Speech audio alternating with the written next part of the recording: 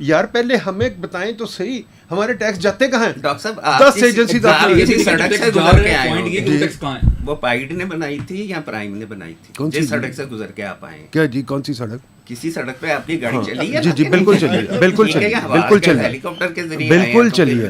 مجھے بتائیے پلیز، مجھے یہ بتائیے نا، یا میری بات سن لیجیے نا، آپ نے ایک سوال کیا ہے، وہ سڑک کس کے پیسوں سے بنی ہے؟ سڑک پیسے ٹیکس کے پیسوں سے بنی ہے، ٹھیک ہے نا جی. ٹیکسیشن جو ہے آپ اور کچھ نہ کچھ انفراسٹرکچر جو ہے گورنمنٹ بناتی ہے، ٹیکس کے پیسوں سے بناتی ہے.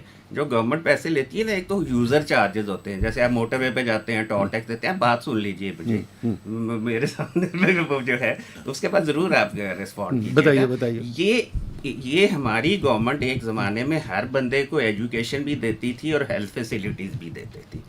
یہ آپ جیسے جو پڑھ لکھ کے باہر سے لوگ آئے، انہوں نے بتایا کہ نہیں جی یہ پرائیویٹ سیکٹر کو ہونا چاہیے. میو ہاسپٹل میں گورنر بھی داخل ہوتا تھا، امیر ترین آدمی بھی داخل ہوتا تھا، اور وہاں ان کا علاج ہوتا تھا. سارے لوگ سرکاری اسکولوں سے پڑھے ہوئے ہیں، صرف چند مشنری اسکول تھے جو ان کے سرکاری اسکولوں کے علاوہ تھے.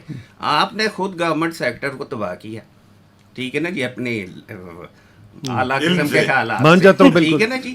آپ نے اب باقی لوگوں کو سن لیں 2 منٹ. یہ بھی آپ نے ایک سوال کوئی ان سے نہیں، آپ کتنا لمبا جواب دیں گے؟ گھنٹے کا دیں گے، 2 گھنٹے کا دیں گے؟ بتا 2 منٹ 1 منٹ میں ختم کریں گے. بتاتے نہیں، آپ بول رہے ہیں نا، آپ نے بات کمپلیٹ کر لی. میں بات پوری کروں گا. آپ اس کو ریگولیٹ نہیں کر سکتے. جس طرح باقی ریگولیشن منع ہے نا، اسی طرح ایکسپریشن کو ریگولیٹ کرنا. میں اور ایگزامپل دینا چاہتا ہوں.